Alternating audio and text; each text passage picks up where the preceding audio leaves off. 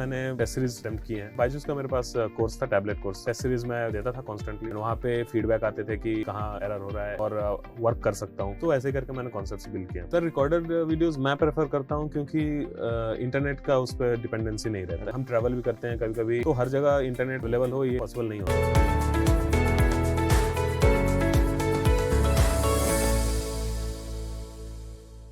Hello students, welcome once again to Byju's Exam Prep Spotlight, and in this show we keep bringing you the success story, the motivational story of the real champions. Yes, this time we have GATE 2023 All India rank 14 Nishant Kumar with me, and he has secured in GATE 2023 rank 14, but let me also add, he secured All India rank 10 in GATE 2022. But the most amazing part is he secured All India rank 10 when he was in third year. Yes, right now he is in final year. His first attempt itself was a very successful attempt. All India rank 10 in third year and then All India rank 14 in final year. So two times big successful attempt. So heartiest congratulations Nishant. बहुत अच्छा लगा and very rare to find such successes. So welcome to the show. And Nishant, show को start करने के पहले I would like कि आप अपने बारे में थोड़ा सा स्टूडेंट्स को, ऑडियंस को बताइए, आप कहाँ से बिलोंग करते हैं और कैसे आपकी जर्नी रही गेट की। जी, thank you so much sir for such a wonderful introduction. मैं बेसिकली अभी आईआईटी में बीटेक परस्यू कर रहा हूँ, आईआईटी बीएचयू से। और मेरी स्ट्रीम है इलेक्ट्रॉनिक्स इंजीनियरिंग। और मेरी एजुकेशन जो है वेस्ट बंगाल से हुई है, दुर्गापुर नाम का एक शहर है, वहाँ से हुई है। बट नेटिवली मैं बिहार से बिलोंग करता हूँ। एंड मेरे पिताजी सेंट्रल जीएसटी में सुपरिटेंडेंट है, तो उनका पोस्टिंग वहाँ दुर्गापुर है। एंड वहाँ से मैंने आईआईटी की प्रिपरेशन ली और जे एडवांस क्लियर किया। और अभी आईआईटी में रहते रहते थर्ड ईयर में मैंने गेट का प्रिपरेशन किया था एंड फोर्थ ईयर में भी अच्छी रैंक लाया हूँ। चलिए बहुत बढ़िया। सो थर्ड ईयर में 10th रैंक, फाइनल ईयर में 14th रैंक, तो डेफिनेटली हार्ड वर्क तो आपने किया है इसमें, undoubtedly it goes without saying. So what was the motivation, मतलब क्यों आप गेट लिखना चाहते थे और क्या एक ऐसा कारण था, मेन फोर्स, जिसकी वजह से आपने इतनी मेहनत की और रैंक्स आप लेके आए? जी सर, मोटिवेशन तो पहले मेरे फादर को मैं देखता हूँ, वो काफ़ी एक हम्बल बैकग्राउंड से इस पोस्ट पे पहुंचे हैं। तो हार्ड वर्क तो हमारे फैमिली में पहले से था, तो मोटिवेशन तो वो हो सकता है एक ड्राइविंग फोर्स था हमेशा से। गेट लिखने की पर्टिकुलरली अगर बात करें तो मुझे लगता है कि इंजीनियरिंग जब मैंने कोर सब्जेक्ट्स पढ़ना शुरू किया था तो मुझे लगा कि ये गेट एग्जामिनेशन एक ऑल इंडिया लेवल पे इंजीनियर्स के लिए काफ़ी अच्छा टेस्ट है कि आप कॉन्सेप्ट्स देख सकते हैं, आप कहाँ स्टैंड करते हैं वो देख सकते हैं। तो इसलिए मैंने थर्ड ईयर में बेसिकली प्रिपेयर किया था कि मैं देखूँ कि मेरे कॉन्सेप्ट जो मैं समझ रहा हूँ क्लियर है, वो वाकई में क्लियर है कि नहीं। राइट। तो इसलिए मैंने थर्ड ईयर में अपीयर किया था और उसमें अच्छी रैंक आ गई फॉर्चुनेटली। एंड फिर फोर्थ ईयर क्योंकि फाइनल ईयर था और गेट देना बनता है फिर एक बार भी, तो मैंने फिर गेट प्रिपेयर किया और अपीयर किया। But end of the day मुझे लगता था कि मुझे इलेक्ट्रॉनिक्स ये से इंजीनियरिंग सर्विसेज में जाना है। तो मुझे लगता था गेट एक इंटरमीडिएट एग्जाम के तौर पे मैं दे सकता हूँ ताकि ईएस के लिए मैं प्रिपेयर कर सकूं अच्छे से। ऑलराइट, तो मतलब आपका इवेंचुअल गोल इंजीनियरिंग सर्विसेज की तरफ है। Definitely GATE is one step to that because you have done several technical subjects. अब डेफिनेटली इलेक्ट्रॉनिक्स में कुछ और टेक्निकल सब्जेक्ट्स आपको ऐड ऑन करने पड़ेंगे, but now the path is simple for you. अब आप इस मुकाम तक आ चुके, तो नेक्स्ट ईयर जब भी आप ईएससी को अटेम्प्ट करोगे तो आई थिंक शायद फर्स्ट अटेम्प्ट में आप काफी कुछ अच्छा कर सकते हो, ऐसा मुझे लगता है। We wish you all the best for that. So you know, अभी निशांत का इमीडिएटली क्या लाइन ऑफ एक्शन, क्या प्लान है? 14th रैंक आ गई, 10th रैंक आ गई, तो पीएसयूज है या आगे मास्टर्स के लिए जाना है या कहीं आपने प्लेसमेंट ले लिया है? What exactly you are thinking right now? Sir क्योंकि आईआईटी बीएचयू से प्लेसमेंट्स अच्छे हो जाते हैं, तो उस हिसाब से मुझे एनवीडिया में ऑलरेडी प्लेसमेंट मिल चुकी है। ओके। तो क्योंकि एज भी कम है अभी, तो मैं सोच रहा हूँ कि एक बार कॉर्पोरेट कल्चर थोड़ा देख लूँ या उस कंपनी में काम करूँ, क्योंकि हार्डवेयर की कितनी अच्छी कंपनी है। Definitely NVIDIA is one of the leading and course student होने के लिए मुझे लगता है कि I should give it a chance कि देखूं कैसा है। चलो बहुत अच्छा। So yeah that is what is one of the benefit also of GATE score, कि अभी आपको लग रहा है कि प्राइवेट जॉब जाना है and you have such a handsome job in hand, Nvidia में आप प्लेस हो गए हो, बैंगलोर जाओगे डेफिनेटली? बिल्कुल सर, बैंगलोर जाने का प्लान है। So it's a good decision. And later on कभी भी आपको लगता है कि यार 1-2 साल बाद मास्टर्स में जाना है, ठीक है, तो अब गेट का स्कोर तो एलिजिबल है और it is applicable up to 3 years, तो ग्रेट। प्लेसमेंट भी है, तो मतलब एक साउंड स्टूडेंट यू नो की तरह आप यहाँ पे समझ में आ रहे हैं कि 2 बार रैंक निकाला, placement also very good in hand. So जब थर्ड ईयर में रैंक आ गई तो इस बार का गेट का अटेम्प्ट, मतलब क्या टेंशन था या बहुत कूल अनकंपोज्ड होके दिया? टेंशन तो नहीं बोलेंगे, बट हाँ एक थोड़ा सा एक्सपेक्टेशंस ज्यादा थे कि 10th आई है तो उससे यस, बेटर मेरा एक्चुअली पूछने का इंटेंट ये था कि आपको भी होगा या किसी को भी सुन के 10th रैंक फर्स्ट अटेम्प्ट में आना, तो next year may be you would be expecting कि यार टॉप 3, क्योंकि देखो सिंगल डिजिट तो it's a matter of luck also, but top 3 में आ जाए, टॉप 5 में आ जाए, तो कैसा रहा आपका उस चीज का एक्सपीरियंस? जी बिल्कुल सर, मैं मतलब सेकंड अटेम्प्ट देना चाहता था इसलिए कि मैं सिंगल डिजिट में रैंक ला पाऊँ।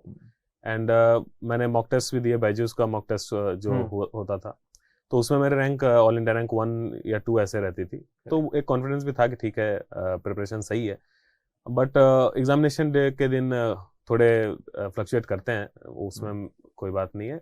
And also paper easier side था compare to 2022। Correct. And easier paper को टैकल करने में मुझे थोड़ी परेशानी होती है क्योंकि कॉन्सेप्ट्स उतने ज्यादा यूज नहीं होते हैं। एंड प्लस क्वेश्चंस एमटीए भी हो गए कुछ, वहां पे मैंने टाइम थोड़ा इन्वेस्ट किया था, तो वहां से 2-3 नंबर भी और थोड़े definitely, because the time you invest in the questions that can not be return, मतलब मार्क्स टू ऑल तो हो गए, 2 नंबर तो मिल गए, ठीक है, लेकिन वो 2 नंबर अगर वो क्वेश्चन सही होता तो शायद आपको 2 नंबर वैसे भी मिलते और कईयों को नहीं मिलते, so that really makes a difference. And we have seen 2 MTAs, one in network question, one in unlock question. So चलिए प्रिपरेशन जर्नी की बात थोड़ी और डिटेल में करते हैं निशांत आपसे। एक तो कॉन्सेप्ट्स आपने कैसे प्रिपेयर किए, क्वेश्चन आपने कहाँ से प्रैक्टिस किया, इस जर्नी को थोड़ा सा एलैबोरेट कीजिए आप। सर कॉन्सेप्ट्स के लिए तो मैं प्रोफेसर्स को ही फॉलो करता था, क्योंकि आईआईटी से बीटेक करने का वन ऑफ द बेनिफिट्स है कि आपके प्रोफेसर्स काफी अच्छे होते हैं, तो उनके पढ़ाने का तरीका भी काफी अच्छा है। कॉन्सेप्ट्स अच्छे से वो क्लैरिफाई करते हैं, डाउट्स भी क्लैरिफाई करते हैं। प्लस आईआईटीज में हम असाइनमेंट्स या फिर जो भी सबमिट करते हैं वो अच्छे लेवल के होते हैं, तो वो तो हमेशा मुझे हेल्प किया है। उसके साथ साथ मैंने टेस्ट सीरीज अटेम्प्ट किए हैं। बायजूस का मेरे पास कोर्स था, टैबलेट कोर्स था, तो उसमें टेस्ट सीरीज में देता था कॉन्स्टेंटली। एंड वहाँ पे फीडबैक आते थे कि कहाँ एरर हो रहा है, कहाँ पे मैं और वर्क कर सकता हूँ, क्या मेरे वीक पॉइंट्स हैं, तो वहाँ से मैं सीखता था, उसको और समझता था, और फिर रीअपियर करता था टेस्ट में। तो ऐसे करके मैंने कॉन्सेप्ट्स बिल्ड किया। करेक्ट। तो जैसे कि आपने मेंशन किया कि आपके पास टैबलेट कोर्स था, तो I just need one answer from you कि ऑनलाइन में देखिए लाइव क्लासेस भी होता है, टैबलेट आपके पास था, टैबलेट इज प्री रिकॉर्डेड, तो आपका कैसा एक्सपीरियंस है रिकॉर्डेड वीडियो देखने का as compared to live? Sir recorded videos मैं प्रेफर करता हूँ, क्योंकि इंटरनेट का उस पर डिपेंडेंसी नहीं रहता है, क्योंकि हम ट्रैवल भी करते हैं, कभी कभी किसी फंक्शन में जाना पड़ गया घर के लिए, तो हर जगह इंटरनेट अवेलेबल हो ये पॉसिबल नहीं होता है, तो इसलिए मैं प्रेफर करता हूँ कि प्री रिकॉर्डेड ही रहे। और इंटरनेट हाथ में हो तो बहुत सारे डेविएशंस आ सकते हैं, बिल्कुल हाँ, ये बात भी बहुत सही है। तो मैं प्री रिकॉर्डेड ही फॉलो करता था, एंड वो अपने पेस पे देखो, जब मन करे जिस हिसाब से अपना रूटीन है, तो इसलिए मैंने वो लिया था। चलो great to know about that.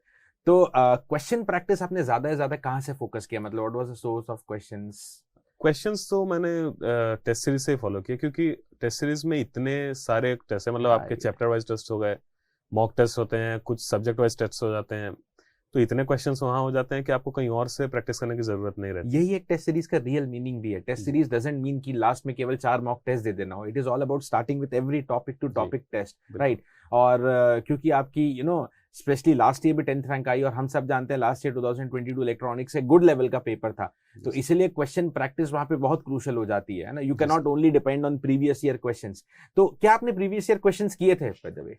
बिल्कुल सर, प्रीवियस ईयर क्वेश्चंस तो करने चाहिए, हालांकि वो मैं लास्ट के लिए बचाता था, क्योंकि शुरू में मैं उसको नहीं इंडल्ज करता था, क्योंकि एक बार आप क्वेश्चन PYQs कर लिए तो याद से हो जाते हैं, तो उसके बाद से दोबारा उसको सॉल्व करने का कोई मतलब नहीं रह जाता, तो आपने लास्ट के लिए रखा उसको, ठीक है। तो जैसे कि मैंने भी बोला कि प्रीवियस ईयर क्वेश्चन पे सिर्फ डिपेंड नहीं हो सकते, राइट, और आपने ही बोला रिलेटिवली इजियर हो जाते हैं, बट स्टिल हम देखते हैं कि हमें प्रीवियस ईयर क्वेश्चन हमेशा करने चाहिए, तो क्यों, मतलब what is the real benefit of solving the previous questions? Sir previous year करने से सबसे बड़ा बेनिफिट तो है कि आपको गेट एग्जामिनेशन का एक आइडिया लगता है कि किस टाइप के क्वेश्चंस आते हैं, राइट, क्योंकि हर कॉन्सेप्ट में आपके इजी क्वेश्चंस भी हो सकते हैं, काफी टफ क्वेश्चंस भी बन सकते हैं, बट गेट का लेवल कुछ एक मिडिल में रहता है, किसी किसी टॉपिक से अच्छे अच्छे क्वेश्चंस आते हैं, नो डाउट, तो उस क्वेश्चंस को आपको ये भी समझना है कि आप उस क्वेश्चंस को स्किप भी कर सकते हैं, क्योंकि अगर किसी एक पेपर में किसी एक सब्जेक्ट में अगर टफ आ रहा है क्वेश्चन, तो ऐसा होता है कि बाकी सब्जेक्ट्स में कंपेरेटिवली इजी क्वेश्चंस आने चाहिए, तो उससे PYQs करने से आपको ये लगता है कि ठीक है, ऐसे क्वेश्चंस जो आए हैं इनको स्किप भी किया जा सकता है, बाकी क्वेश्चंस जो उस ईयर के थे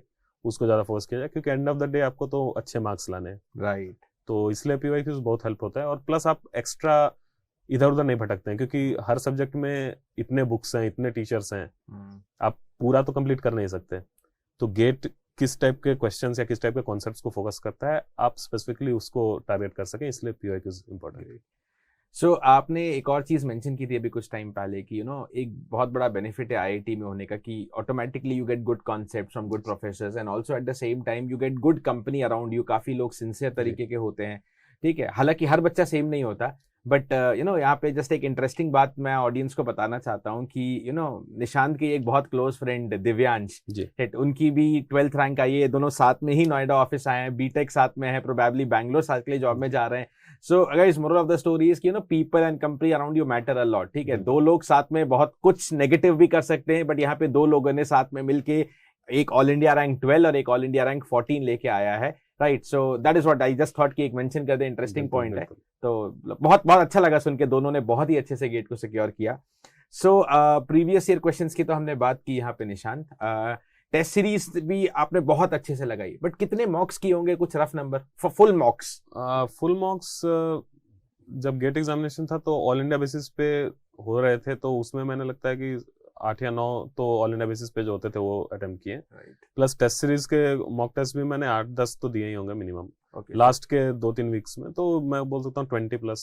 20 plus, that's always a good number. 15-20 तो कर ही लेने चाहिए, because you get a clear idea of time management. बिल्कुल। सो आप 15-20 मॉक्स देखे गए, बहुत सारे टेस्ट देखे गए। सो जब गेट एग्जाम हॉल में आप एंटर करने वाले थे, probably 1 hour before that, so what was your nerves? मतलब आप टेंस्ड थे या कूल थे, मतलब सब कुछ हो जाएगा? नहीं सर, हमारा पेपर जो था इलेक्ट्रॉनिक्स का वो इलेक्ट्रिकल के बाद का था। करेक्ट।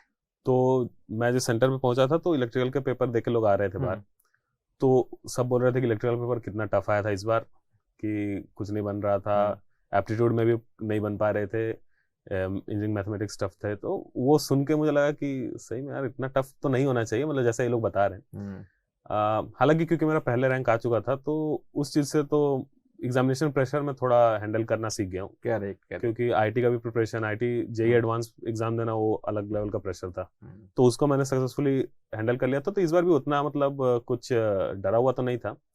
हाँ, बट वो 1 घंटे पहले का जो आप बात कर रहे हैं वो थोड़ा सा स्टूडेंट्स के मन में तो होता है। मेरे मन में भी नर्वसनेस था कि कैसा पेपर आएगा। यस, थोड़ा नर्वस रहोगे because you have actually prepared. मेरे को लगता है नर्वस वो नहीं होगा जो मतलब जस्ट बस फॉर्म भर के चले गए, कोई नथिंग टू लूज, ठीक है। बट आपने मेहनत की है तो थोड़ा नर्वसनेस रहेगा, but that nervousness should not be at that peak कि आप पेपर को ही बिगाड़ दो। वो आपको बैलेंस करना है यहाँ पे। सो ठीक है, आपने पिछली बार भी एग्जाम को लिखा था, इसलिए आप इसको हैंडल करना अच्छे से सीख गए। बिल्कुल। एक तो होता है निशांत एग्जाम के अंदर का टाइम मैनेजमेंट, जो आपने बहुत अच्छे से किया उस दिन। एक होता है कॉलेज के साथ 2 बार रैंक लेके आना। कॉलेज का प्रेशर भी होता है, सेमेस्टर एग्जाम्स आते हैं, internships are there, assignments are there, lots of activities are there. So कैसे आपने अपनी प्रिपरेशन के लिए टाइम निकाला? बहुत सारे कॉलेज गोइंग स्टूडेंट्स के लिए क्रूशियल आंसर होगा ये। सर मैंने जब 3rd ईयर का पेपर दिया था उस वक्त कोविड का टाइम चल रहा था। ओके। तो उस वक्त मुझे लगता है कि थोड़ा टाइम मिल गया था। कॉलेज थोड़ा सा उतना टाइम नहीं जा रहा था कॉलेज में, ऑनलाइन हो गया था कॉलेज, बट स्टिल कॉलेज का ध्यान तो देना ही पड़ता है। मुझे लगता है कि दिन का 4 घंटा अगर आप मैनेज कर पा रहे हैं, जो कि कॉलेज के साथ मैनेज करना इजी था, उतना टफ नहीं होता है, तो गेट एग्जामिनेशन अच्छे से आप अच्छे रैंक सिक्योर कर सकते हैं। मैंने तो यही फॉलो किया। इवन जब 4th ईयर में कॉलेज जब खुल गया था तो थोड़ी सी परेशानी हुई शुरू में, लेकिन उसके बाद से क्या है कि मैंने कॉलेज की पढ़ाई को ऐसे इग्नोर नहीं किया। कॉलेज की पढ़ाई में भी क्योंकि कॉन्सेप्ट्स तो वही लग रहे थे, राइट। तो कॉलेज में जाता था, क्लासेस अटेंड करता था और वहाँ पे रिवीजन हो जाते थे सब चीज़ के। लैब्स करता था, उसमें एनालॉग इलेक्ट्रॉनिक्स एंड ये सब के कॉन्सेप्ट्स काफी अच्छे से रिवीजन हो जाते थे। You get to see actually. बिल्कुल, एक्चुअली आपको डायोड्स कैसे काम कर रहे हैं, जीना डायोड लगा के, तो वो थोड़ा सा कॉन्सेप्ट क्लियर हो जाते थे। वो आपको ग्राफ दिखता था जब हम लोग प्लॉट करते थे, तो हाँ आ रहा है जैसा हम लोग पढ़े हैं वैसा, तो वो तो कॉन्सेप्ट था ही। प्लस रात में मैं क्योंकि 3rd ईयर में प्रिपेयर हो चुका था, तो रात में 2 से 2.5 घंटे बस क्वेश्चन सॉल्व कर लेना, इससे ही करके मैंने कॉलेज और इसके प्रिपरेशन को मैनेज किया। So according to your point of view कि एक स्टूडेंट को, भले वो आईआईटी का स्टूडेंट हो या प्राइवेट इंजीनियरिंग कॉलेज का स्टूडेंट हो, what is the right time to begin the GATE preparation? Sir अभी तो क्योंकि 3rd ईयर के बच्चों को गेट एग्जामिनेशन देना अलाउड है, तो मुझे लगता है इस अपॉर्चुनिटी को मिस नहीं करना चाहिए। राइट। क्योंकि ये काफी अच्छा अपॉर्चुनिटी है। अगर इसमें आपका अच्छा रैंक नहीं भी आता है, फिर भी आपके पास एक लाइक रियल टेस्ट है कि आप कहाँ पे स्टैंड करते हैं। करेक्ट। तो मुझे लगता है कि 2nd ईयर से आप स्टार्ट कर सकते हैं, थर्ड ईयर को चैलेंज लेके। सो गाइस वेरी इंपॉर्टेंट, मतलब specially if you are college going student, first second year में हो तो अपने टारगेट बनाओ कि सेकंड ईयर से anyways you have to start. और मुझे ये भी लगता है आप अपने आईआईटी से भी रिलेट कीजिए, या if I look into other universities also, मुझे ऐसा लगता है ना जो गेट का सिलेबस है, स्पेशली गेट का, वो that is majority second third year subjects, majority. तो एक ये भी एज मिलेगा कि आप कॉलेज के साथ अलाइन होकर चलोगे, राइट? नहीं तो जो एंड मोमेंट हम सेमेस्टर एग्जाम्स के लिए परेशान होते हैं, वो सारा नहीं होना पड़ेगा। बिल्कुल। और ये तैयारी करने का एक बहुत बड़ा मुझे बेनिफिट मिला है कि अभी भी कोई जो सेमेस्टर एग्जामिनेशंस होते हैं या लैब्स में कुछ वाइवाज होते हैं, उसके लिए मुझे ऐसा कोई टेंशन नहीं होता क्योंकि कॉन्सेप्ट्स मेरे क्लियर हो जाते हैं। करेक्ट। और बाकी लोग जो हैं जो उतना सारे कॉन्सेप्ट्स क्लियर नहीं किए या फिर गेट का तैयारी नहीं किए, उनको थोड़ा सा परेशानी होता है। लेकिन जो तैयारी कर चुका है गेट के लिए, उसके लिए सेमेस्टर एग्जामिनेशंस बहुत बड़ा कुछ बिल्कुल नहीं होता। मतलब ये चीज तो मैं स्टूडेंट्स को I don't know 1000 times already बता चुका हूँ कि मैंने गेट की प्रिपरेशन 5th सेमेस्टर में की थी, तो वही एक ऐसा टाइम था जहां मैंने कॉलेज की अटेंडेंस सबसे कम दी थी, बिकॉज मेरा मेन फोकस गेट था, ठीक है? तो मेरा फर्स्ट अटेम्प्ट में 9th रैंक भी आया, और वो एक इकलौता सेमेस्टर था 5th semester where I got 9 pointer. मतलब मेरे बाकी उससे कम आते थे। तो क्यों? क्योंकि मैंने कॉलेज को फोकस नहीं किया, बट स्टिल गेट के कॉन्सेप्ट्स नहीं ऑटोमेटिकली उस परफॉर्मेंस को अपलिफ्ट किया। ओके निशांत, इन सारी चीजों को ना समराइज करते हुए I would like you to give your valuable advice. ऐसी क्या 2 या 3 चीजें हैं जो हर एस्पिरेंट को फॉलो करनी चाहिए अगर उनका ड्रीम है 2024 या 2025 में रैंक लेके आने का? सर पहले तो मुझे लगता है कि अपना मन बनाना पड़ेगा, क्योंकि बहुत लोग मुझे लगता है कि शुरू कर देते हैं एग्जाम का, कोर्सेज भी ले लेते हैं, लेकिन बीच रास्ते में जाके उनका थोड़ा कॉन्फिडेंस उतना अच्छा नहीं रह पाता। राइट। तो एक मन बनाना, तो मेंटल आपको इस चीज के लिए प्रिपेयर रहना है कि आप किसी भी एग्जामिनेशन का प्रिपरेशन में जा रहे हैं तो आपको अपना 100% देना पड़ेगा। करेक्ट। तो वो आपको मेंटली प्रिपेयर रहना है। बाकी आपका रूटीन शेड्यूल कैसा है वो अपने हिसाब से आपको सेट करना ही पड़ेगा। अपार्ट फ्रॉम दैट मुझे लगता है कि आपको एक कोर्स आप कुछ परचेस करिए एंड उस कोर्स से स्टिक रहिए। आजकल मार्केट में इतने सारे ऑप्शंस हो गए हैं कि लोग कंफ्यूजन में ही रहते हैं कि शायद वो टीचर अच्छा पढ़ा देगा, यहाँ कुछ ट्रिक्स मिल जाने वाले हैं, और ये चीज में मैक्सिमम टाइम वेस्ट हो जाता है। करेक्ट। तो एक कोर्स पे स्टिक रहिए। टेस्ट सीरीज आप मुझे लगता है कि 2 मंथ्स या 3 मंथ्स बचा होगा तब से आप देना शुरू करें। एंड सब्जेक्ट आप कैसे प्रिपेयर कर रहे हैं वो काफी इंपॉर्टेंट हो जाता है। आप network theory, signal systems, EDC, digital electronics, ये सबको इंडिविजुअली प्रिपेयर कर सकते हैं क्योंकि ये आपस में इतने लिंक नहीं है। करेक्ट। और एक बार ये सब जो सब्जेक्ट्स आपके हो जाएं, फिर इसके बाद से आप कम्युनिकेशन सिस्टम्स में जा सकते हैं, एनालॉग इलेक्ट्रॉनिक्स में जा सकते हैं, क्योंकि ये बाकी के 2-3 सब्जेक्ट्स को मिला के उनमें कॉन्सेप्ट्स रखते हैं। और इसमें क्या है कि आप इस ऑर्डर में जब जाएंगे तो आप जब टफर सब्जेक्ट्स पढ़ रहे होंगे तो आप थोड़ा विजुअलाइज कर पाएंगे कि क्यों हो रहा है ये सब चीज़। तो मैं ऐसे ही फॉलो करता था। कम्युनिकेशन सिस्टम में आप कोई फिल्टर अगर बना रहे हैं या उससे कुछ सिग्नल पार हो रहा है तो आपको सिग्नल सिस्टम स्ट्रांग रहेगा तो आपको पता चलेगा कि एक्चुअली फिल्टर है क्या चीज़, ये क्यों वर्क कर रहा है, ऐसे फ्रीक्वेंसी रिस्पॉन्स क्या होता है। तो आपको एक ओवरऑल अच्छा आइडिया मिलेगा कि सब्जेक्ट्स कैसे कैसे हैं। एंड ऑब्वियसली उसके बाद से PYQs आपको करना है। रिवीजन बहुत इंपॉर्टेंट हो जाता है। आपको हर मंथ एटलीस्ट जितना पढ़े हैं उसको रिवीजन करते करते चलना है, क्योंकि एंड ऑफ द डे आपको कितना आप रिवीजन किए हैं, आप कितना फॉर्मूलाज को याद रखें, वही आपको गेट एग्जामिनेशन में अच्छा मार्क्स दिलाएगा। क्योंकि गेट एग्जामिनेशन आपका एक्यूरेसी एंड कितना स्पीड से आप कर रहे हैं उस पर डिपेंड करता है। तो मैं ऐसे ही फॉलो करता था, revision and concepts. So great to know. So congratulations, Nishant, once again. Thank you so much. The entire BYJU'S exam team is happy that we somehow helped you in this journey to get such a very good rank. So guys, this was yet another spotlight, and आज आपने सुना निशांत की कहानी, कैसे वो 2 बार gate में rank एकदम फोड़ के एकदम मचा के आए हैं, and very happy to interact with him. और वंस अगेन मुझे लगता है कि अगर आप में से कुछ लोगों के लिए भी ये सेशन से कुछ इंपॉर्टेंट एडवाइस, कुछ इंपॉर्टेंट स्ट्रैटेजी आपको मिल जाती है और आप वो इम्प्लीमेंट कर पाते हो, so me and Nishant and the entire team of BYJU'S is happy to provide you such videos, and stay tuned for BYJU'S exam prep for more such videos. Thank you.